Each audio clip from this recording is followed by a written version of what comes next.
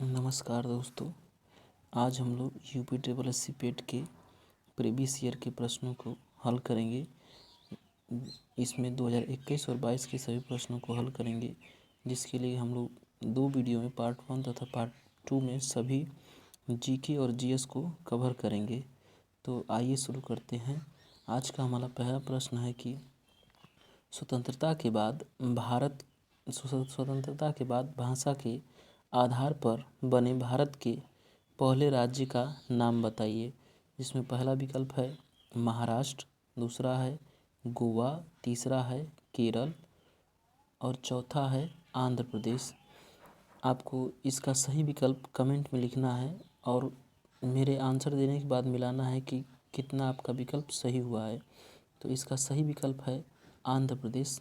भाषा के आधार पर आंध्र प्रदेश भारत का सबसे पहला राज्य है।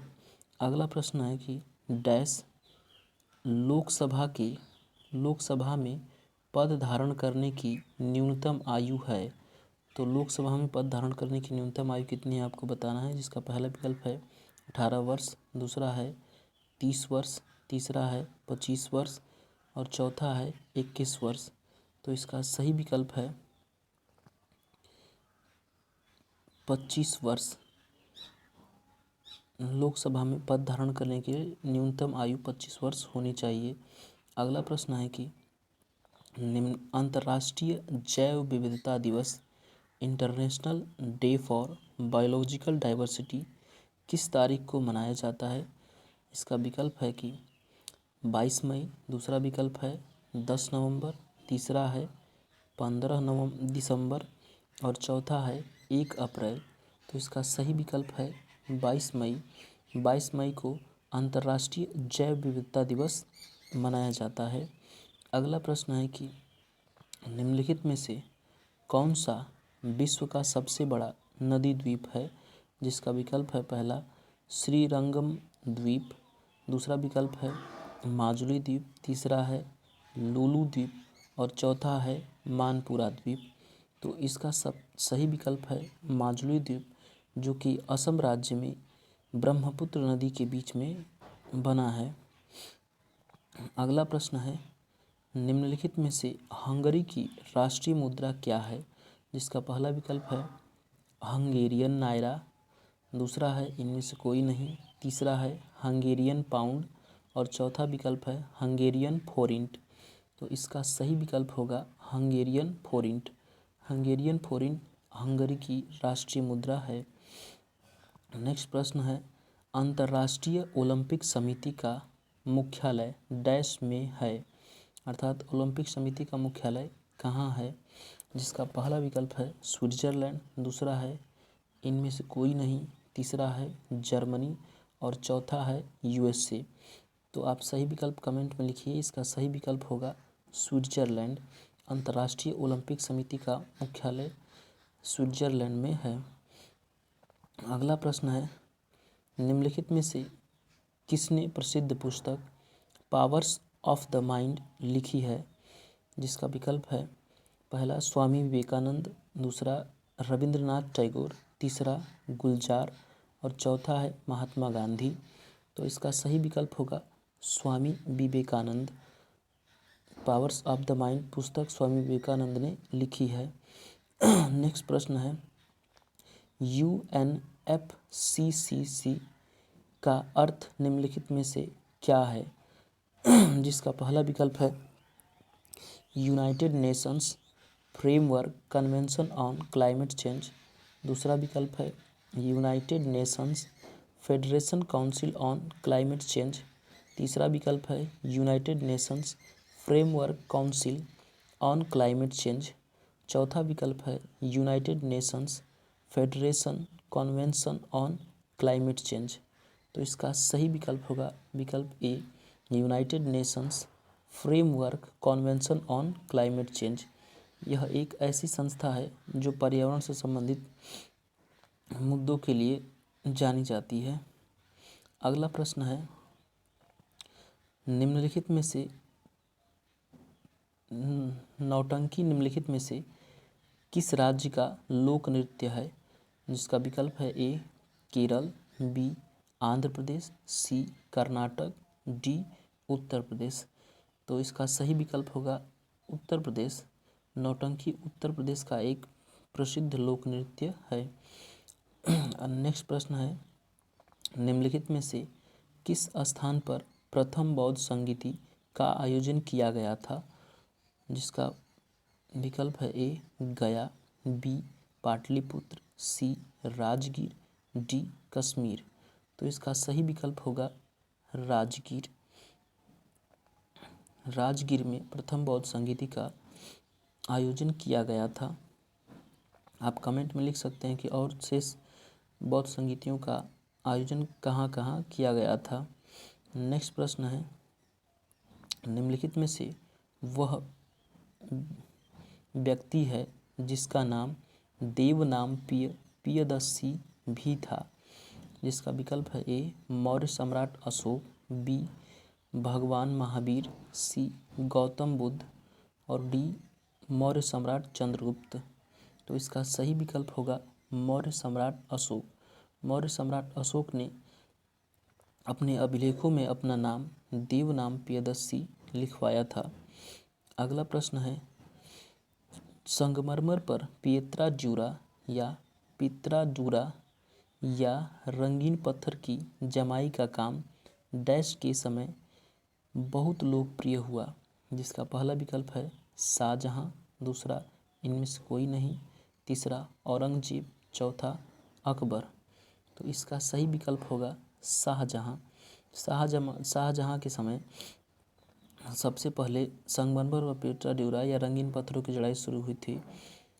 पियत्रा ड्यूरा शैली में बनने वाला सबसे पहला जो कोई इमारत है तो एतमातुद्दौला का मकबरा है। एतमातुद्दौला का मकबरा है। अगला प्रश्न है, निम्नलिखित में से किस युग में तांबे का पहली बार प्रयोग किया गया था? तो इसका विकल्प है ए ताम्र पाषाण युग, बी नव पाषाण युग, सी पूरा पाषाण युग, डी मध्य पाषाण युग। तो इसका सही विकल्प होगा ताम्र पाषाण युग। नेक्स्ट प्रश्न है, भूदान ग्रामदान आंदोलन निम्नलिखित में से किसके द्वारा शुरू किया गया था?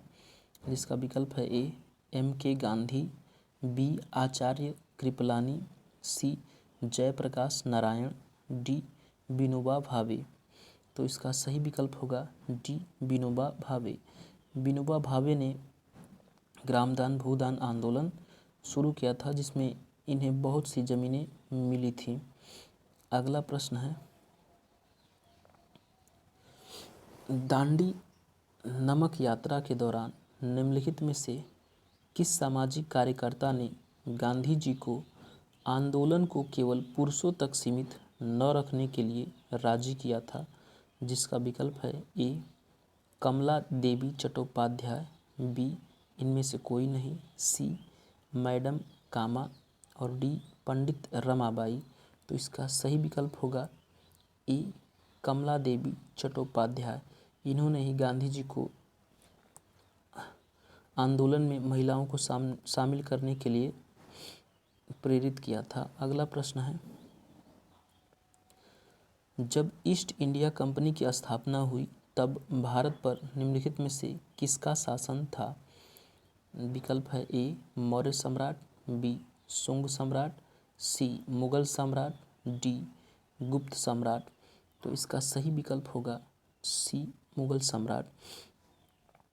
ईस्ट इंडिया कंपनी की स्थापना सन 1600 में हुई थी तो उस समय मुगल सम्राट ही भारत पर शासन कर रहे थे। अगला प्रश्न है, सरकार के निम्नलिखित में से किस अधिनियम के कारण बम्बई से सिंध प्रांत का निर्माण हुआ? जिसका विकल्प है ए वेबल योजना, बी भारत सरकार अधिनियम 1935, सी क्रिप्स मिशन और डी भारतीय स्वतंत्रता अधिनियम 1947। तो इसका सही विकल्प होगा बी भारत सरकार अधिनियम।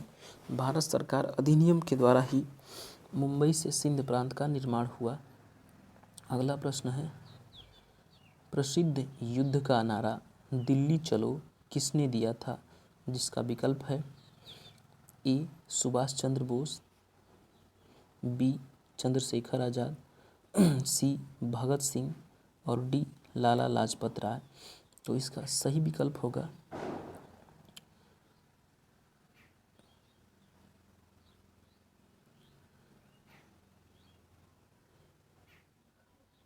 ए सुभाष चंद्र बोस। सुभाष चंद्र बोस ने ही दिल्ली चलो का या चलो दिल्ली का नारा दिया था।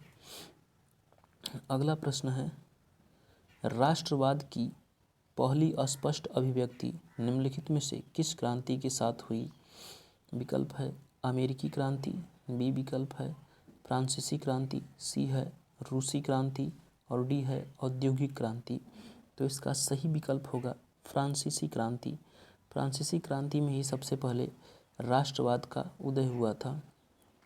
नेक्स्ट प्रश्न है, निम्नलिखित में से भारत में अक्टूबर की गर्मी का मुख्य कारण क्या है? जिसका विकल्प है ए उच्च आर्द्रता से जुड़ा उच्च तापमान, बी विकल्प है गर्म और शुष्क मौसम, सी है निम्न वेग हवाएं और डी है भारत में गंगा के मैदानी इलाकों में अल्पदाब। तो इसका सही विकल्प होगा ए उच्च आर्द्रता से जुड़ा उच्च तापमान।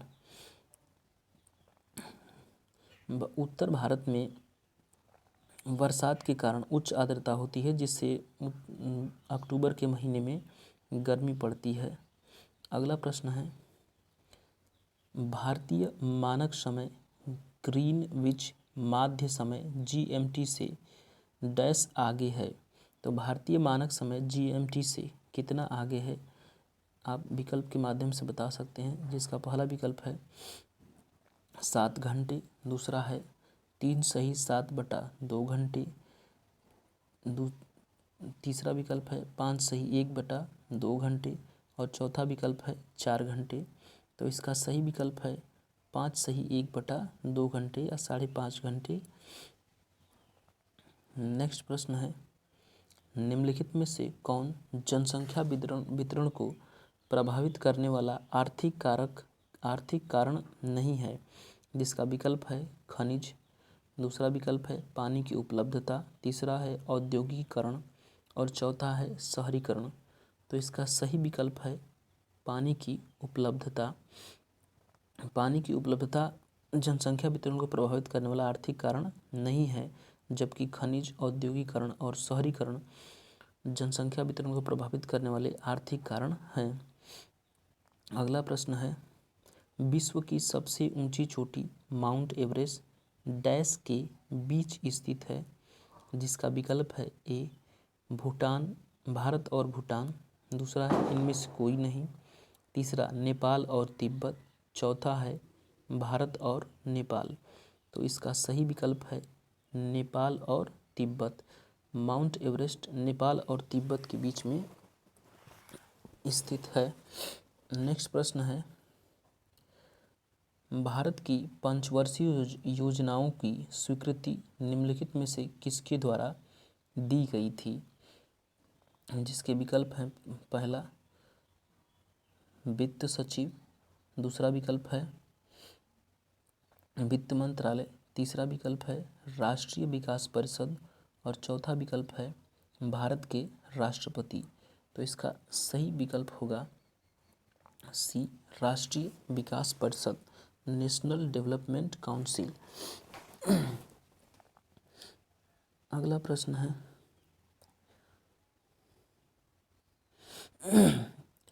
किसी भी विकासशील अर्थव्यवस्था के प्रारंभिक चरणों में अधिकांश गतिविधियां डैश क्षेत्र से संबंधित होती हैं? जिसका विकल्प है ए प्राथमिक, बी सूचना प्रौद्योगिकी, सी तृतीयक, डी द्वितीयक। तो इसका सही विकल्प होगा प्राथमिक। जब भी कोई विकासशील देश होता है तो उसकी अधिकतम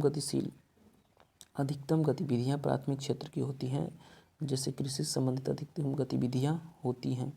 नेक्स्ट प्रश्न है, निम्नलिखित में से कौन सा हरित क्रांति की रणनीति का हिस्सा था?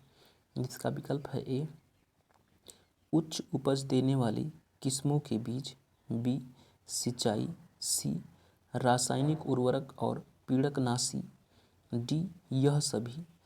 तो हरित क्रांति की मुख्य रणनीति सभी थी उच्च उपज देने वाली किस्मों के बीज का प्रयोग, सिंचाई, रासायनिक उर्वरक और पीड़कनाशी, इसलिए इसका विकल्प डी सही हो जाएगा, यह सभी। अगला प्रश्न है, निम्नलिखित में से किस नदी को बिहार का शोक कहा जाता है?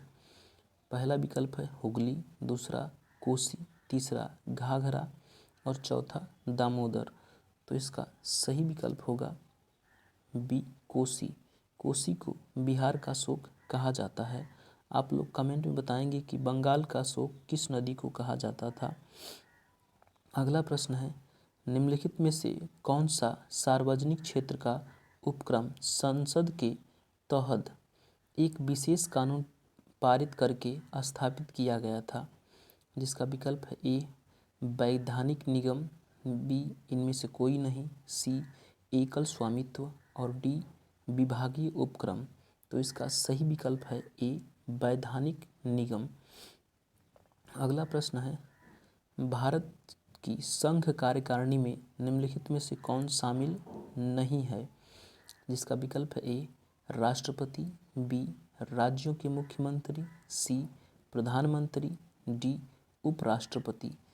तो इसका सही विकल्प होगा राज्यों के मुख्यमंत्री।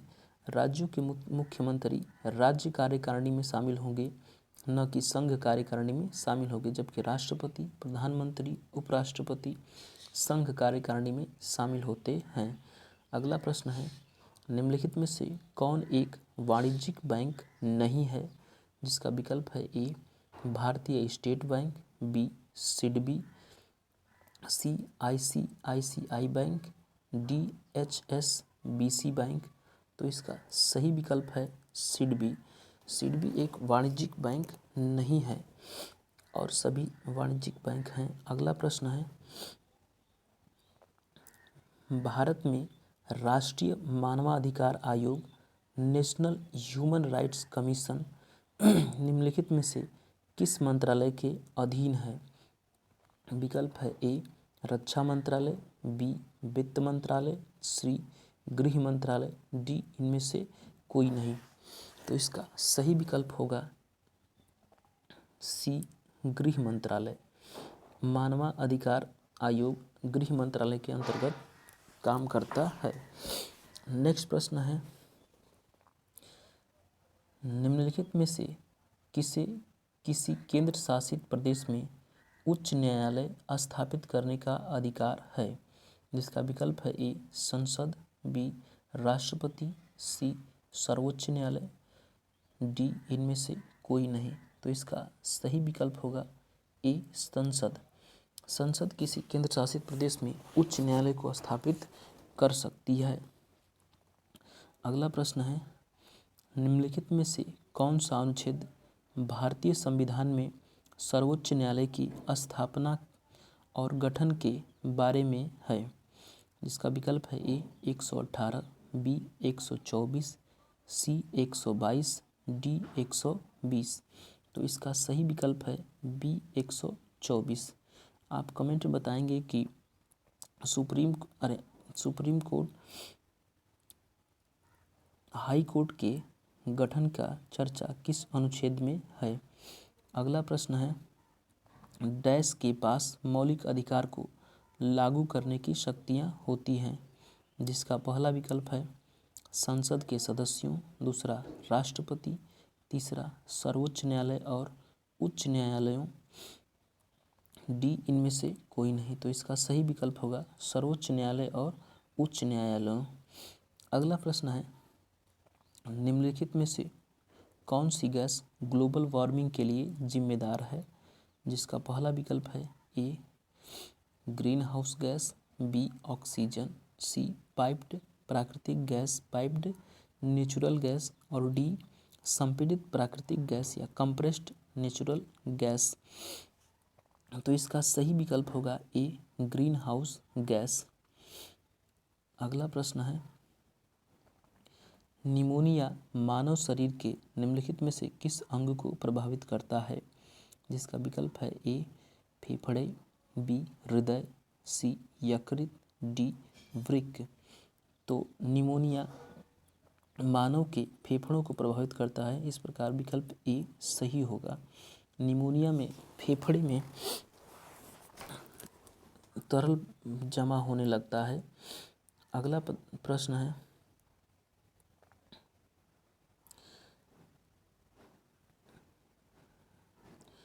निम्नलिखित में से कौन सा वनस्पति रेशा या प्लांट फाइबर नहीं है? जिसका विकल्प ए है कॉटन, बी फ्लेक्स, सी नायलॉन, डी जूट। तो इसका सही विकल्प होगा सी नायलॉन। नायलॉन एक सिंथेटिक रेशा है, न कि प्राकृतिक या प्लांट फाइबर है। अगला प्रश्न है, तारों का रंग निम्नलिखित में से किस पर निर्भर करता है? जिसका विकल्प है ए उसके तापमान पर, बी वायु प्रदूषण पर, सी पृथ्वी से दूरी पर, डी दबाव पर। तो इसका सही विकल्प होगा ए उसके तापमान पर। किसी भी तारे का रंग उसके तापमान पर निर्भर करता है। जैसे उसके तापमान में परिवर्तन होता है, उसके रंग में परिवर्तन हो जाता है। अगला प्रश्न है, पादप कोशिका प्लांट सेल वॉल निम्नलिखित में से किससे बनी होती है? विकल्प ए है cellulose, B fructose, C glucose, C sucrose और डी है ग्लूकोज। तो इसका सही विकल्प होगा ए सेलुलोज। सभी पादप कोशिका भित्ति सेलुलोज से बनी होती है। अगला प्रश्न है, भारत के कितने राज्य बांग्लादेश के साथ सीमा साझा करते हैं? जिसका विकल्प है ए 5, बी 6, सी 7 या डी इनमें से कोई नहीं। तो इसका सही विकल्प है ए 5। भारत के 5 राज्य बांग्लादेश से सीमा साझा करते हैं। अगला प्रश्न है, निम्नलिखित में से पोलैंड की राष्ट्रीय मुद्रा क्या है? जिसका विकल्प ए है एन, बी डॉलर, सी ज़्लॉटी और डी है इनमें से कोई नहीं। तो इसका सही विकल्प होगा सी ज़्लॉटी। नेक्स्ट प्रश्न है, निम्नलिखित में से कौन सा भारत का सबसे छोटा केंद्र शासित प्रदेश है? जिसका पहला विकल्प है ए लद्दाख, बी दमन और द्वीप, सी लक्षद्वीप, डी अंडमान और निकोबार द्वीप समूह। तो इसका सही विकल्प होगा सी लक्षद्वीप। लक्षद्वीप भारत का सबसे छोटा केंद्र शासित प्रदेश है। अगला प्रश्न है, अंतर्राष्ट्रीय अहिंसा दिवस निम्नलिखित में से किस दिन को मनाया जाता है? विकल्प ए 10 दिसंबर, बी 23 मार्च, सी 2 अक्टूबर या डी 30 जनवरी। तो इसका सही विकल्प होगा 2 अक्टूबर।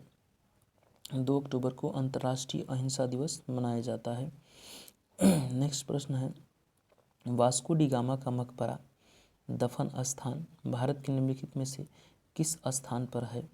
जिसका विकल्प है ए चित्तौड़गढ़ राजस्थान, बी दुर्गापुर पश्चिम बंगाल, सी कोयम्बटूर तमिलनाडु या डी कोच्चि केरल। तो वास्को डी गामा का मकबरा कोच्चि केरल में है। वास्को डी गामा भारत पहुंचने वाला समुद्र के रास्ते से पहला विदेशी या पुर्तगाली था। नेक्स्ट प्रश्न है, डैश उत्तर प्रदेश का लोकप्रिय शास्त्रीय नृत्य है? जिसका पहला विकल्प है ए कथक, बी है कुचिपुड़ी, सी है मोहिनी अट्टम और डी है कथकली। तो इसका सही विकल्प होगा ए कथक। कथक उत्तर प्रदेश का एक लोकप्रिय शास्त्रीय नृत्य है। और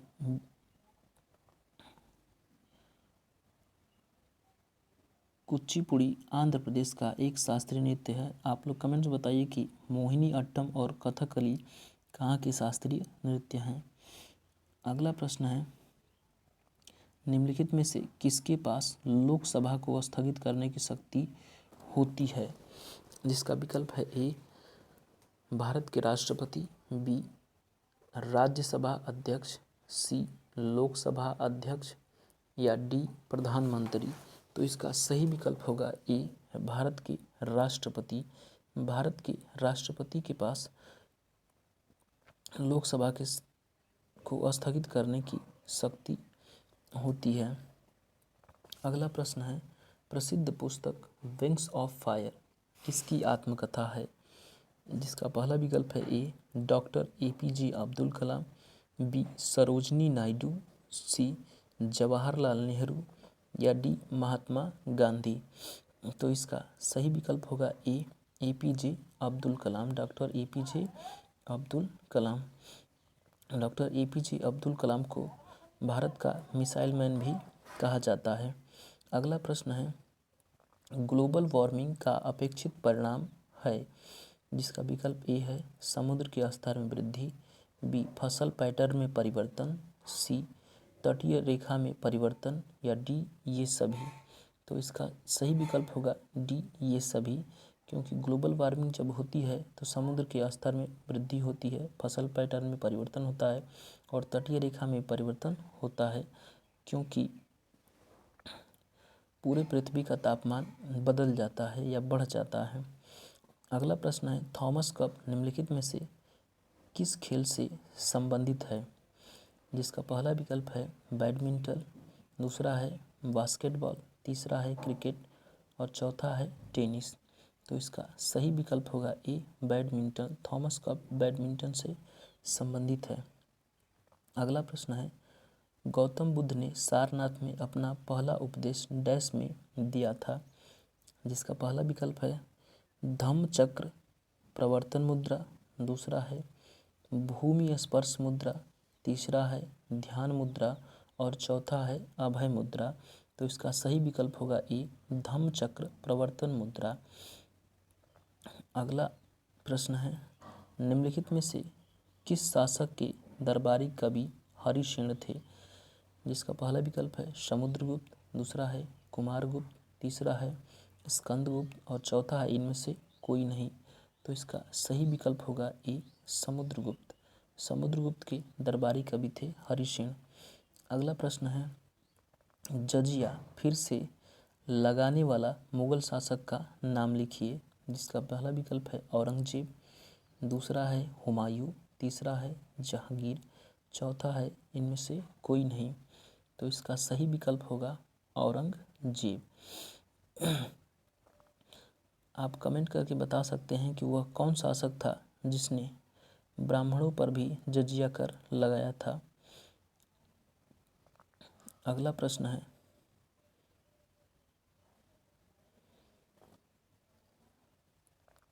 निम्नलिखित में से किसे अंग्रेजों द्वारा शुरू किए गए सबसे महत्वपूर्ण योगदानों में से एक माना जाता है? जिसका पहला विकल्प है रेलवे, दूसरा है शिपिंग, तीसरा है बैंकिंग और बीमा, चौथा है वृक्षारोपण और खान। जिसका सही विकल्प होगा ए रेलवे। अगला प्रश्न है, पंचतंत्र की कथाएं किसके द्वारा लिखी गई थी? जिसका विकल्प है ए वाल्मीकि, बी तुलसीदास, सी विष्णु शर्मा या डी वेद व्यास।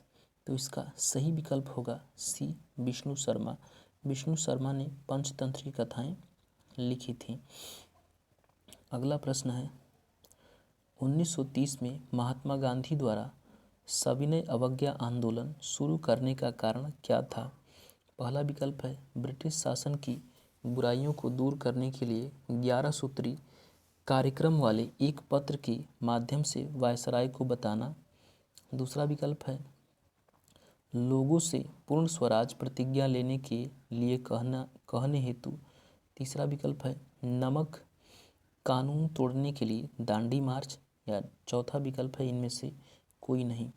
तो इसका सही विकल्प होगा ए ब्रिटिश शासन की बुराइयों को दूर करने के लिए 11 सूत्री कार्यक्रम वाले एक पत्र के माध्यम से वायसराय को बताना।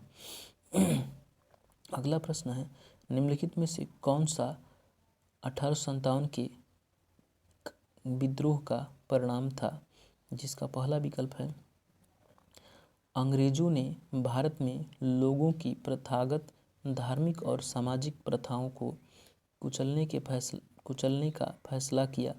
दूसरा विकल्प है ईस्ट इंडिया कंपनी की शक्तियों को ब्रिटिश क्राउन में हस्तांतरित कर दिया गया। तीसरा विकल्प है अंग्रेजों ने फैसला किया कि सेना में भारतीय सैनिकों का अनुपात बढ़ाया जाएगा।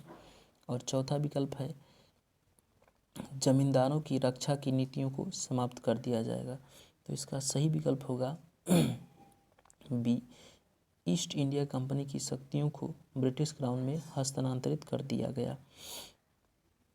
अगला प्रश्न है निम्नलिखित में से किस अधिनियम द्वारा बर्मा को भारत से अलग किया गया था।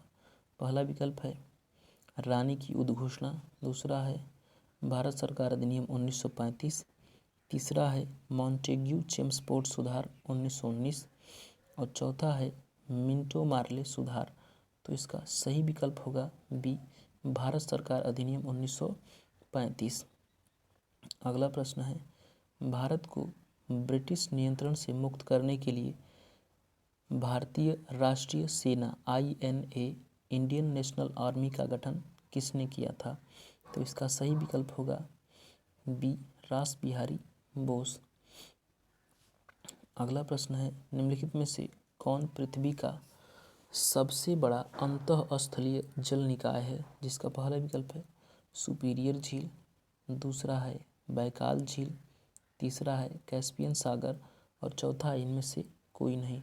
तो इसका सही विकल्प होगा सी, कैस्पियन सागर। कैस्पियन सागर दुनिया की सबसे बड़ी झील है। अगला प्रश्न है निम्नलिखित में से कौन स्वतंत्र भारत का पहला भारतीय गवर्नर था। विकल्प ए है मौलाना आज़ाद, बी खान अब्दुल गफ्फार खां, सी है सरदार वल्लभ भाई पटेल या डी है सी राजगोपालाचारी।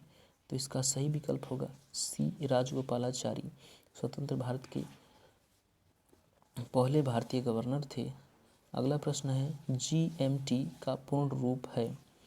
पहला विकल्प है ग्रीनविच मीन टाइम। दूसरा है ग्रीनविच मेगा टाइम। तीसरा है गोल्ड मीन टाइम। तीसरा है ग्रीनविच मिड टाइम। तो इसका सही विकल्प होगा ए, ग्रीनविच मीन टाइम। यह एक समय रेखा है। अगला प्रश्न है प्रति 1,000 लोगों पर जीवित जन्मों की वार्षिक संख्या को किस नाम से जाना जाता है। जिसका पहला विकल्प है सामान्य प्रजनन दर, जनरल फर्टिलिटी रेट। दूसरा है क्रूड या अवशोधित जन्म दर, क्रूड बर्थ रेट। तीसरा है कुल प्रजनन दर, टोटल फर्टिलिटी रेट या डी है इनमें से कोई नहीं।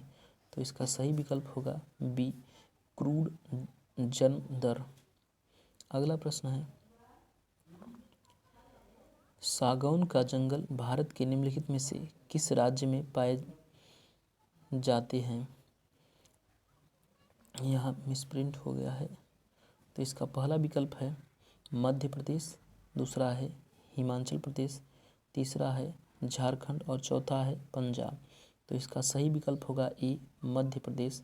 मध्य प्रदेश में सागौन के जंगल पाए जाते हैं। अगला प्रश्न है सामान्य वर्षा में अचानक वृद्धि हो जाती है और कई दिनों तक लगातार जारी रहती है, इसे मानसून का डैश कहा जाता है। विकल्प ए है विश्राम या रेस्ट, बी है अंत या एंड, सी है परीक्षण या टेस्ट, डी है प्रस्फोटन फटना या बर्स्ट। तो इसका सही विकल्प होगा डी, प्रस्फोटन या फटना। अगला प्रश्न है निम्नलिखित में से कौन सा क्षेत्र भारत का सबसे बड़ा नियोक्ता या एम्प्लॉयर है। विकल्प ए है चतुर्थक, बी प्राथमिक, सी द्वितीयक, डी तृतीयक। तो भारत का सबसे बड़ा एम्प्लॉयर है प्राथमिक क्षेत्र, जबकि सबसे ज़्यादा इनकम भारत को तृतीयक क्षेत्र से प्राप्त होती है। अगला प्रश्न है निम्नलिखित में से किस राज्य को हरित क्रांति के लिए भारत में आरंभ स्थल के रूप में चुना गया था? जिसका पहला विकल्प है बिहार, दूसरा पंजाब, तीसरा तमिलनाडु, चौथा आंध्र प्रदेश। तो इसका सही विकल्प होगा बी पंजाब। पंजाब को प्रारंभिक स्थल के रूप में चुना गया था। अगला प्रश्न है 1969 में कितनी प्रमुख निजी बैंकों का राष्ट्रीयकरण किया गया था? जिसका विकल्प ए है 12, बी 14, सी 6 या डी इनमें से कोई नहीं। तो इसका सही विकल्प होगा बी 14। आप कमेंट में बता सकते हैं वर्तमान में राष्ट्रीयकृत बैंकों की संख्या कितनी है। अगला प्रश्न है 1991 के आर्थिक सुधारों के बाद डैश उद्योग विशेष रूप से सार्वजनिक क्षेत्र या पब्लिक सेक्टर के लिए आरक्षित थे? जिसका विकल्प ए है परमाणु ऊर्जा उत्पाद, बी संचार, सी मेट्रो परिवहन या डी इनमें से कोई नहीं। तो इसका सही विकल्प होगा ए परमाणु ऊर्जा उत्पादन। सरकार ने परमाणु ऊर्जा उत्पादन को अपने पास आरक्षित कर लिया क्योंकि इसका बहुत ज़्यादा दुरुपयोग हो सकता था। अगला प्रश्न है डैश योजना आयोग के अंतिम उपाध्यक्ष थे? जिसका पहला विकल्प है श्री आर.पी. सिन्हा, दूसरा है श्री मोंटेक सिंह आलूवालिया, तीसरा है श्री विनय कोहली और चौथा है श्री श्यामल घोष। तो इसका सही विकल्प होगा बी श्री मोंटेक सिंह आलूवालिया। आप लोग कमेंट बता सकते हैं कि योजना आयोग के प्रथम अध्यक्ष कौन थे। अगला प्रश्न है 42वें संशोधन के माध्यम से संविधान में कौन सा नया डीपीएसपी राज्य नीति के निर्देशक सिद्धांत जोड़ा गया? जिसका पहला विकल्प है समान न्याय और निःशुल्क विधिक सहायता, विकल्प बी है मादक पेय और ड्रग की खपत को प्रतिबंधित करना, विकल्प सी है आय, स्थिति, सुविधाओं और अवसरों में असमानता को कम करने की राज्य की आवश्यकता, डी है राष्ट्रों के बीच अंतर्राष्ट्रीय शांति और सुरक्षा को बढ़ावा देना। तो इसका सही विकल्प होगा ए समान न्याय और निःशुल्क विधिक सहायता। आप कमेंट बता सकते हैं कि राष्ट्रों के बीच अंतर्राष्ट्रीय शांति और सुरक्षा को बढ़ावा देना किस अनुच्छेद के अंतर्गत है। अगला प्रश्न है निम्नलिखित में से कौन से मौलिक कर्तव्य हैं?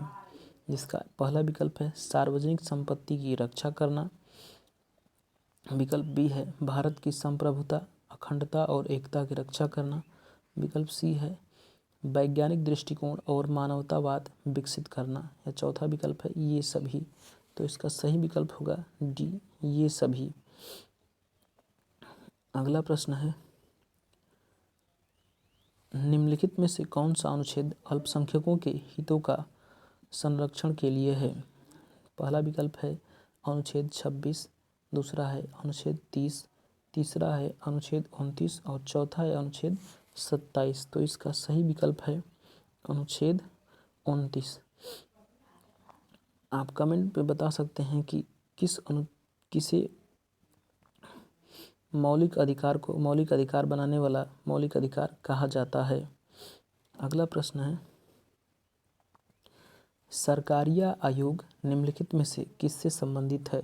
विकल्प ए है केंद्र और राज्य संबंध, विकल्प बी है चुनाव सुधार, विकल्प सी है बैंकिंग और वित्तीय क्षेत्र, विकल्प डी है भारत में प्रेस को स्वतंत्रता।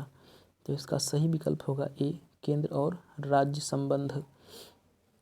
अगला प्रश्न है प्रकाश वर्ष डैश का एक माप है? विकल्प ए है हवाई जहाज़ों की गति, बी है तारकीय दूरी, सी है प्रकाश की गति, डी है इनमें से कोई नहीं। तो इसका सही विकल्प है बी तारकीय दूरी। आप कमेंट बता सकते हैं प्रकाश की गति कितनी होती है। अगला प्रश्न है सभी अम्लों में समान तत्व है? विकल्प ए है हाइड्रोजन, बी सल्फर, सी कार्बन या डी इनमें से कोई नहीं। तो इसका सही विकल्प होगा ए हाइड्रोजन। हाइड्रोजन एक ऐसा तत्व है जो सभी अम्लों में होता है। अगला प्रश्न है नॉन स्टिक खाना पकाने के बर्तन डैश से लेपित होते हैं। विकल्प ए है टेफ्लॉन, बी काले रंग, सी पीवीसी पॉलीविनाइल क्लोराइड या डी इनमें से कोई नहीं। तो इसका सही विकल्प है ए टेफ्लॉन। टेफ्लॉन की परत चढ़ाने पर बर्तन नॉन स्टिक हो जाता है, जिससे खाना बिना तेल के बनाया जा सकता है। अगला प्रश्न है, अनुच्छेद 245 के अनुसार डैश संसद का कार्य है। तो इसका सही विकल्प है डी कानून बनाना। अगला प्रश्न है, पौधों का विकास किससे प्रभावित होता है।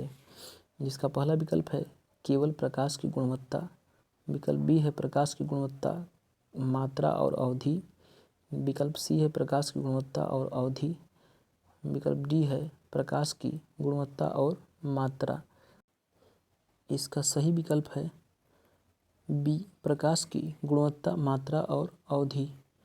अगला प्रश्न है, निम्नलिखित में से कौन सा सबसे बुद्धिमान स्तनधारी है। विकल्प ए है व्हेल, बी है चूहा, सी है हाथी या डी है डॉल्फिन। तो इसका सही विकल्प होगा डी डॉल्फिन। अगला प्रश्न है, भारतीय संविधान के अनुच्छेद 19 में कौन सा अधिकार शामिल है। विकल्प ए है धर्म की स्वतंत्रता का अधिकार, बी है वाक और अभिव्यक्ति की स्वतंत्रता का अधिकार, सी है शोषण के विरुद्ध अधिकार या डी है संवैधानिक उपचारों का अधिकार। तो इसका सही विकल्प है बी वाक और अभिव्यक्ति की स्वतंत्रता का अधिकार।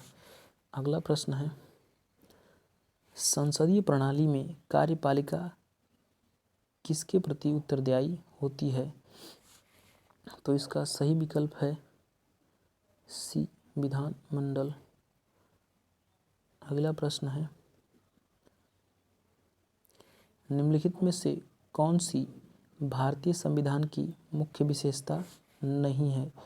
तो इसका पहला विकल्प है सार्वभौमिक वयस्क मताधिकार, दूसरा है द्विस्तरीय सरकार, तीसरा है एकल नागरिकता और चौथा है लिखित और विस्तृत संविधान। तो इसका सही विकल्प है बी द्विस्तरीय सरकार। भारत में द्विस्तरीय सरकार नहीं है बल्कि त्रिस्तरीय सरकार, जिसमें पहले स्तर पर आता है संघ, दूसरे स्तर पर आता है राज्य और तीसरे स्तर पर आता है स्थानीय निकाय, जैसे पंचायत या और नगर पालिका। तो अगला प्रश्न है, भारतीय संविधान के लिए डीपीएसपी राज्य नीति के निर्देशक सिद्धांत निम्नलिखित में से किस संविधान से प्रेरित हैं। विकल्प ए है फ्रांस, बी है आयरलैंड, सी है यूएसए या डी है इनमें से कोई नहीं। तो इसका सही विकल्प होगा बी आयरलैंड। अगला प्रश्न है, निम्नलिखित में से कौन सी एक रासायनिक अभिक्रिया नहीं है। विकल्प ए है पानी का भाप में रूपांतरण, बी है भोजन का पाचन, सी है कागज का जलना और डी है कोयले का जलना। रासायनिक अभिक्रिया एक ऐसी अभिक्रिया होती है जिसमें किसी पदार्थ को दोबारा प्राप्त करना लगभग संभव नहीं होता है। तो इसका सही विकल्प होगा ए पानी का भाप में रूपांतरण, क्योंकि हम पानी को भाप में बदल सकते हैं और भाप को दोबारा पानी में बदल सकते हैं, जिसमें इसके संरचना या रासायनिक सूत्र में कोई परिवर्तन नहीं होगा। जबकि भोजन का पाचन, कागज का जलना या कोयले का जलना रासायनिक अभिक्रिया है। अब पानी का भाप में रूपांतरण एक भौतिक अभिक्रिया है। अगला प्रश्न है, पायरिया निम्नलिखित में से किसका रोग है। विकल्प ए है फेफड़ों लंग्स, बी है मसूड़ों गम्स, सी है हृदय हार्ट्स या डी है नोज नाक। तो इसका सही विकल्प होगा मसूड़ा। पायरिया मसूड़ों संबंधित रोग है जिसमें मसूड़ों से खून आने लगता है। अगला प्रश्न है, फ्लोएम एक ऊतक है जो निम्नलिखित में से किसमें पाया जाता है। विकल्प ए है कीटों में, विकल्प बी है स्तनधारियों में, विकल्प सी है जानवरों के प्रजनन अंगों में या विकल्प डी है पौधों में, तो इसका सही विकल्प होगा डी पौधों में।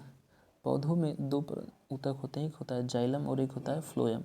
जाइलम खनिज पदार्थों को जमीन से पौधों की पत्तियों तक ले जाता है और फ्लोएम भोजन को पौधों की विभिन्न अंगों तक पहुंचाता है। अगला प्रश्न है,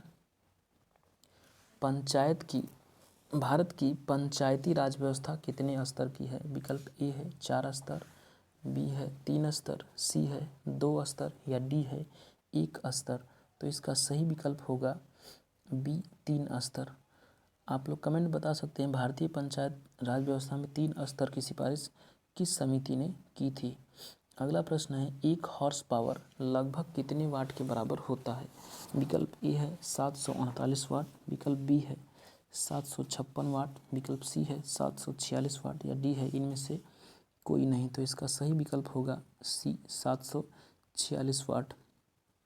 अगला प्रश्न है, निम्नलिखित में से कौन सा एसिड कार की बैटरी में प्रयोग किया जाता है? विकल्प ए है सल्फ्यूरिक एसिड, बी है हाइड्रोक्लोरिक एसिड, सी है नाइट्रिक एसिड या डी है एसिटिक एसिड। तो इसका सही विकल्प होगा ए सल्फ्यूरिक एसिड।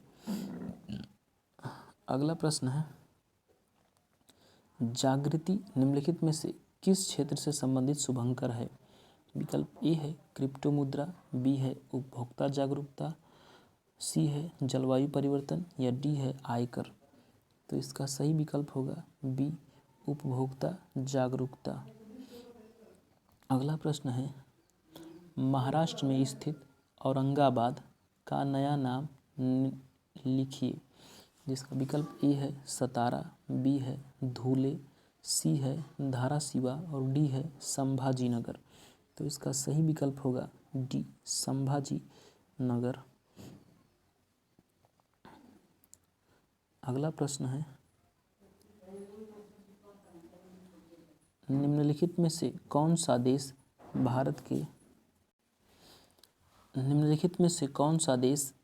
भारत के साथ सबसे लंबी अंतर्राष्ट्रीय सीमा साझा करता है?